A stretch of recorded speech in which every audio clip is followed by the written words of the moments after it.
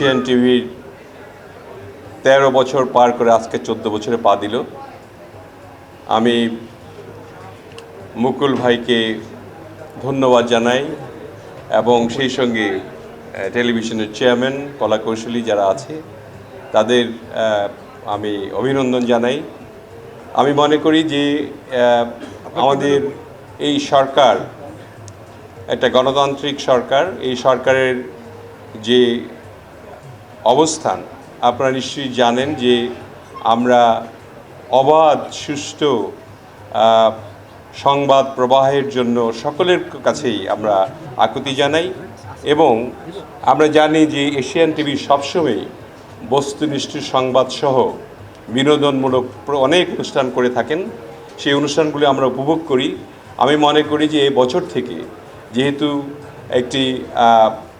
একটা স্বস্তির পরিবেশ বাংলাদেশে বিরাজ করছে এবং স্বস্তিরভাবেই সবাই এশিয়ান টিভির যে প্রোগ্রামগুলি হয় সেগুলি দেখে যাতে তারা মনে করে যে Asian TV is the best.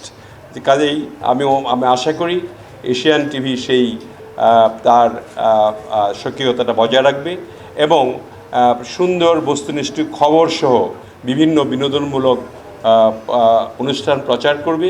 আমি চেয়ারম্যান এবং আমাদের এমডি সহ সিইও সাহেব সহ যারা আছেন স্টেজে এবং আমার কলাকৌশলী যারা আছেন ক্যামেরাম্যান সহ পলাশ সাহেব সহ সকলকে আমার অন্তরের অন্তঃস্থল থেকে অভিনন্দন জানাই, যাতে করে এশিয়ান টিভির তাদের যে কাজ করছে এশিয়ান টিভিতে যারা তাদেরকে অভিনন্দন জানাই এবং আমরা সকলকে অনুরোধ করি এশিয়ান টিভি দিনে একবার হলেও আপনারা এতগুলি টিভির মধ্যে আপনারা এশিয়ান টিভিটি একবার ছাড়বেন, দেখবেন এবং যাতে করে আপনারা উপভোগ করতে পারেন এবং বস্তুনিষ্ঠ খবরগুলি পান এবং বাংলাদেশের এই গণতান্ত্রিক ধারার যে খবরগুলি সেগুলি যাতে প্রচারিত হয় এশিয়ান টিভির মালিকদেরকে আমি অনুরোধ করব আপনারা সেই বস্তুনিষ্ঠ খবরগুলি আপনারা পরিবেশন করবেন।